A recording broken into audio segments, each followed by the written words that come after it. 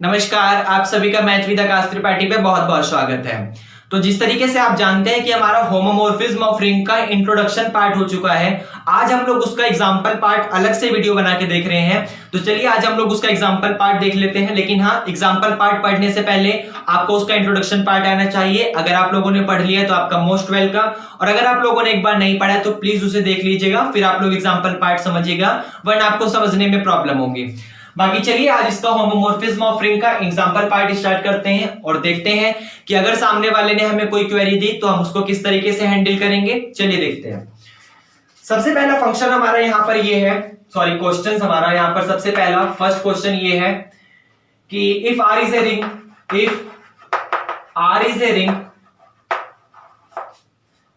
then the mapping R to R f such that R to R define as fx is equal to x for all x belong to R is a homomorphism। अब यहां पर ध्यान से देखिए, आपके पास कह रहा है कि if R is a ring, अगर आपका R कोई भी एक रिंग है, then the mapping f such that R to R, तो आपका एक फंक्शन, एक मैपिंग, एक रिलेशन कहां से कहां तक, रिलेशनशिप कहां से कहां तक, R से लेकर R तक, उस मैपिंग को, उस फंक्शन को जो कि R से लेकर R पे डिफाइन हो रहा है। ये मैंने आपको इंट्रोडक्शन पार्ट में काफी अच्छे से बताया था कि हो सकता है आपका जो ऑपरेशन है, आपका जो मैपिंग है वो सेम सेट से सेम सेट पर हो जाए। ऐसा हो सकता है कि सेम सेट से अलग पर हो जाए, और ऐसा भी हो सकता है कि सेम सेट से सेम सेट पर हो जाए। तो यहां पर उसने जो फंक्शन आपका लिया है वो सेम सेट से लेकर सेम सेट पर ही लेके जा रहा है। इसका मतलब रिंग R से लेकर रिंग R पे ही मैपिंग आपकी जा रही है, फंक्शन आपका जा रहा है। और वो फंक्शन आपका कुछ इस तरीके से डिफाइन हो रहा है जहां पर fx is equal to x, मतलब एक आइडेंटिटी फंक्शन कि आप यहां पर जो वैल्यू पुट करोगे वही सेम टू सेम आपको वैल्यू यहां पर मिल जाएगी। आप 1 पुट करोगे 1 मिलेगा, 2 पुट करोगे 2 मिलेगा, 3 पुट करोगे 3 मिलेगा, 5 पुट करोगे 5 मिलेगा, and so on. For all x belong to R, जहां पर ये x जो है वो सारे के सारे रिंग R से बिलोंग कर रहे हैं, तो प्रूफ करो कि ये आपका एक होमोमोर्फिज्म है। मतलब ये फंक्शन जो है वो होमोमोर्फिज्म है, किस मैपिंग के लिए, f सच दैट R से लेकर R के लिए। अब यहां पर देखिए, समझने वाली बात हमारी ये आती है कि फंक्शन आपका R से लेकर R है और ये एक आइडेंटिटी फंक्शन है। तो जब ये आपका एक आइडेंटिटी फंक्शन है तो आपका जो एडिशन ऑपरेशन चलेगा, सामने वाले बंदे ने गिवन भी नहीं दिया, तो यहां पर देखिए ऐसा तो कोई नहीं दिया ना कि ऑपरेशन आपका किस ऑपरेशन के लिए डिफाइन हो रहा है। तो जब आपको इस तरीके का कोई ऑपरेशन नहीं देगा तो हम लोग वहां पर एडिशन और डॉट वाला एडिशन ही लेके चलते हैं, सॉरी डॉट वाला ऑपरेशन लेके ही चलते हैं। मतलब हम लोग ये मान लेंगे कि जो हमारा R है वो प्लस और डॉट वाले ऑपरेशन के साथ रिंग बना रहा है, जहां पर प्लस ये नॉर्मली एडिशन है और डॉट यहां पर नॉर्मली मल्टीप्लीकेशन है। ये समझ आया। अब सबसे मेन बात यहां पर आती है fx is equal to x के लिए। तो ये फंक्शन आपका होमोमोर्फिज्म तभी हो पाएगा जब हम ये प्रूफ कर दें, क्या कि fx प्लस का y, क्योंकि यहां पर x की बात हो रही है तो समझाने के लिए मैंने x और y ले लिया, वरना मैं a और b भी ले सकता था, कि fx प्लस का y is equal to fx plus का fy, और यहां पर अगली बार fx डॉट का y इज इक्वल टू यहां पर fx डॉट fy। सबसे इंपॉर्टेंट बात ये देखिए, यहां पर मैंने ऑपरेशन जो है यहां भी प्लस लिया है, क्योंकि मेरा फंक्शन जो है मैपिंग वो R से लेकर R जा रही है, R के पास ऑपरेशन प्लस और डॉट है। अगली बार भी मैंने ऑपरेशन डॉट डोमेन में और कोडोमेन में भी डॉट लिया है, क्योंकि मेरे पास मैपिंग R से लेकर R में जा रही है और R के पास ऑपरेशन डॉट है। ये आपको समझ आया। तो ये यहां पर हमें दिखाना है, तभी आपको होमोमोर्फिज्म बन पाएगा। तो देखिए, जरूरत हमें किस चीज की पड़ेगी, x प्लस वाई की। हमें x की जगह किस चीज की जरूरत है, x प्लस वाई की। तो हम लोग x को रिप्लेस करेंगे x प्लस वाई से और उसे उठाकर फंक्शन के अंदर पुट करेंगे, तो हमें रिजल्ट क्या मिलेगा। देखिए, हमने x की जगह x प्लस का y रख दिया, तो ये आइडेंटिटी फंक्शन कहता है कि आप जो वैल्यू पुट करोगे वही आपको सेम टू सेम रिजल्ट दे देगा। तो अगर आप 3 पुट करोगे तो 3 देगा, x प्लस वाई पुट करोगे तो x प्लस का y देगा। ये समझ आया। अब ध्यान से देखिए, अगर fx का मतलब x है तो x की जगह आप fx लिख सकते हो, और y का, देखिए fx का मतलब x था तो fy का मतलब y होगा। तो आपने x की जगह fx लिखा तो y की जगह क्या लिख दोगे, fy लिख दोगे, और आपका पहला कंडीशन प्रूफ हो गया। समझ आया आपको। सेकंड वाली कंडीशन देखिए, आपके पास क्या आ रहा है कि आप x डॉट वाई रखोगे, किसकी जगह, x की जगह। तो आप x की जगह जब x डॉट वाई रखोगे तो रिजल्ट में आपको वही सेम टू सेम मिल जाएगा जो आपने यहां पर पुट करा था। तो अगर आपने x डॉट वाई पुट करा है तो आपको बाहर भी आउटपुट में x डॉट का y ही मिलेगा। अब यहां पर ध्यान से देखिए, fx का मतलब x है, तो आप x की जगह fx लिख सकते हो, डॉट y की जगह क्या लिख सकते हो, fy लिख सकते हो। ये समझ आए, और आपके पास ये सेकंड वाली कंडीशन भी प्रूफ हो गई। और जैसे ही ये दोनों कंडीशन आपके पास प्रूफ हुई, फंक्शन आपके पास होमोमॉर्फिज्म बन गया। ये आपको समझ आया। चलिए आगे एक और एग्जांपल लेते हैं, फिर अपने टॉपिक को फिनिश करेंगे। देखिए, इज ए होमोमॉर्फिज्म। देखिए, आपके पास कह रहा है कि if R is a ring, अगर आपका R कोई भी एक रिंग है, then the mapping F such that R से R। फिर से यहां पर उसने वही कंडीशन ली है, आपका जो फंक्शन है वो R से लेकर R पे डिफाइन हो रहा है। इसका मतलब आपका डोमेन का काम भी R करेगा और कोडोमेन का काम भी R करेगा। और वो फंक्शन आपका कुछ इस तरीके से डिफाइन हो रहा है, जहां पर आप फंक्शन के अंदर कोई भी वैल्यू एक्सपुट कर दो, रिजल्ट में आपको हमेशा 0 ही मिलेगा।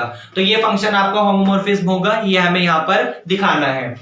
तो वही बात, होमोमॉर्फिज्म दिखाने के लिए हमें वही दिखाना पड़ेगा, सेम मैं यहां पर लिख देता हूं, fx प्लस का y हमें यहां पर fx प्लस का fy देना पड़ेगा।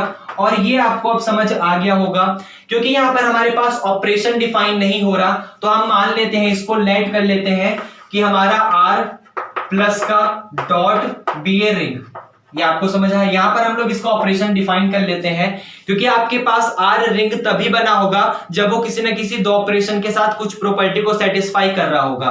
तो वहां पर हम लोगों ने उसका जनरल नाम दे दिया, एक का नाम प्लस दे दिया और एक का नाम डॉट दे दिया। ये आपको समझ आया। सिर्फ ये सिंबल कह सकते हो, बाकी यहां पर ये ऑपरेशन किसी भी तरीके से डिफाइन हो सकता है। और ये नॉर्मली एडिशन और मल्टीप्लीकेशन भी हो सकता है। यहां पर ऑर्डिनरी नंबर की बात चल रही है, तो आपके पास मैक्सिमम केस में जो होता है, अगर वो ना भी बोले तो ऑर्डिनरी एडिशन और ऑर्डिनरी मल्टीप्लिकेशन चलता है। लेकिन आपके पास ऐसा भी जरूरी नहीं है कि अगर यहां पर एक नंबर की बात कर रहा है, वो एक ऑर्डिनरी नंबर की बात कर रहा है, तो आपके पास एडिशन और मल्टीप्लिकेशन आ जाए। वहां पर एडिशन और मल्टीप्लिकेशन की जगह ऑर्डिनरी नंबर के ऊपर भी किसी भी प्रकार का बाइनोमियल क्या बोलते हैं उसे, बाइनरी ऑपरेशन आ सकता है। तो जनरली मेरा कहने का पूरा कंक्लूजन ये है कि आपके पास यहां पर प्लस और डॉट किसी भी तरीके का ऑपरेशन हो सकता है, उसमें कोई कंफ्यूजन नहीं होनी चाहिए।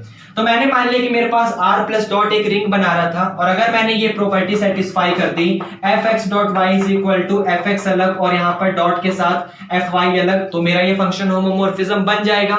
मैंने दोनों जगह सेम ऑपरेशन को यूज करा है, क्योंकि मेरा फंक्शन R से लेकर R पे डिफाइन हो रहा है। जो डोमेन का काम कर रहा है वही कोडोमेन का काम करेगा। तो जो जहां पे जो ऑपरेशन डोमेन का काम करेगा, वही ऑपरेशन वहां पे कोडोमेन का काम करेगा। तो देखिए, फंक्शन आपका fx इज इक्वल टू 0 है। सबसे पहले आप काम करोगे इसके ऊपर और ये दिखाओगे कि जब फंक्शन में आप x की जगह x प्लस का y रखते हो तो रिजल्ट में आपको क्या मिलेगा। उसने कहा आपने x की जगह x प्लस का y रख दिया, फंक्शन कहता है जी उसके अंदर कुछ भी रख दो, रिजल्ट हमेशा वो 0 ही देता है। तो आपको चाहे आप fx प्लस का y रख दो, चाहे कुछ भी रख दो, आपको वैल्यू हमेशा 0 ही देगा। अब यहां पर देखिए, 0 को एक खास तरीके से लिखा जा सकता है, इसको लिखा जा सकता है 0 प्लस का 0, क्योंकि 0 आइडेंटिटी एलिमेंट होता है 0 का। ये आपको समझ आया।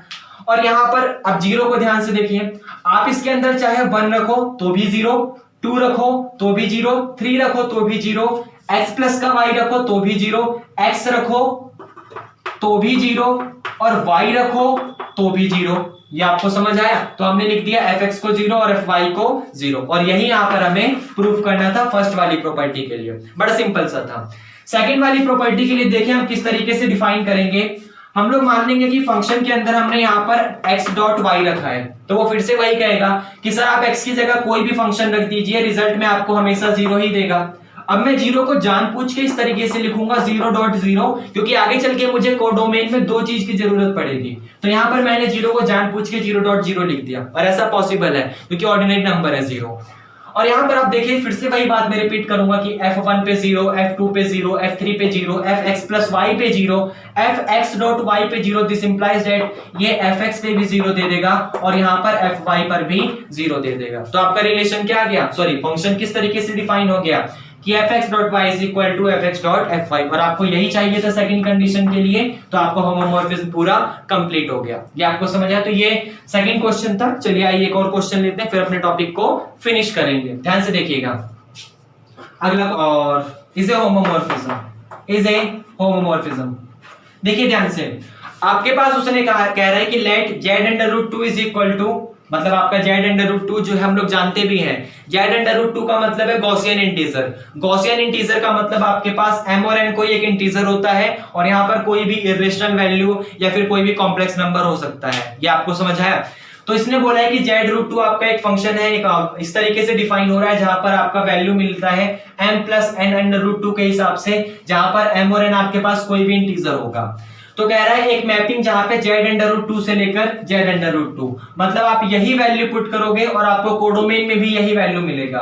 आपका इनपुट का काम भी यही करेगा, आपका आउटपुट का काम भी यही करेगा। डिफाइन एज वो इस तरीके से डिफाइन होती है जहां पर f के अंदर m plus n under root two बराबर होता है m माइनस का n अंडर रूट टू के। मतलब फंक्शन में सिर्फ हल्का सा डिफरेंस हो गया कि अगर आप कोई भी प्लस की वैल्यू पुट करोगे, मतलब f में m प्लस का n under root two put करोगे, तो रिजल्ट में आपको m माइनस का n अंडर रूट टू मिलेगा। ये आपको समझ है? सिर्फ इतना सा फंक्शन में चेंज है, बाकी ये होमोमॉर्फिज्म होता है, ये हमें दिखाना है। चलिए स्टार्ट करते हैं।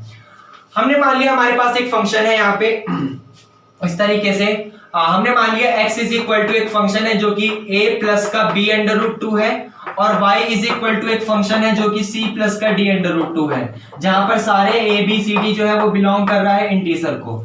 खास तरीके से इसलिए लिया है क्योंकि फंक्शन हमारा मेन इस तरीके से डिफाइन होगा m प्लस का n अंडर रूट टू, क्योंकि हम लोग z अंडर रूट टू की वैल्यू पुट कर सकते हैं और कोडोमेन में भी हमें z अंडर रूट टू मिलेगा, और z अंडर रूट टू का मतलब क्या है? m प्लस का n अंडर रूट टू। तो यहाँ पर आपके पास x की वैल्यू आ गई a plus b under root two, और y की वैल्यू आ गई c प्लस का d अंडर रूट टू। ये आपको समझ आया? अब आप इसे उठाकर यहाँ पर फंक्शन के अंदर रखोगे, तो फंक्शन के अंदर आपको x प्लस का y रखना है। आप समझ रहे हो? मतलब आपको मैंने फिर से रफ कर दिया, आपको इतना तो पता ही है। ये प्रूफ करना है फर्स्ट प्रॉपर्टी कि fx प्लस का y is equal to fx, और यहाँ पर ऑपरेशन कैसा आ गया? माइनस का, तो माइनस का fy, आपको ये प्रूफ करना है। ये आपको समझ आया? तो किस तरीके से करोगे यहाँ पर ध्यान से देखिए, आप क्या करोगे, फंक्शन में x प्लस का y रखना है, मतलब इन दोनों को ऐड करके रखना है। तो रिजल्ट में आपको मिल जाएगा a प्लस का b अंडर रूट टू, यहाँ पे प्लस का c प्लस का d अंडर रूट टू।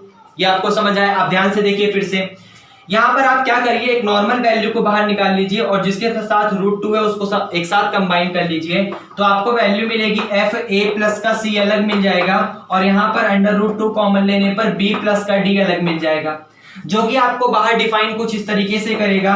ये कर देगा f a प्लस का c, और ये माइनस का, समझ रहे हो ना? यहां पर आपको वैल्यू कुछ इस तरीके से मिलेगी। आपने फंक्शन के अंदर जो रखा वही सेम टू सेम मिलेगा, बस बीच में माइनस आ जाएगा।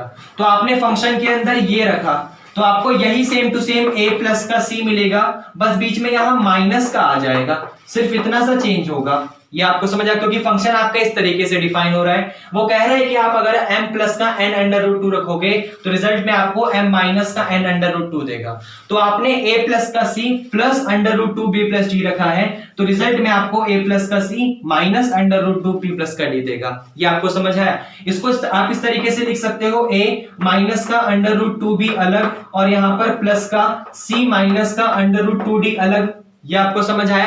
अब ये किस चीज की वैल्यू है?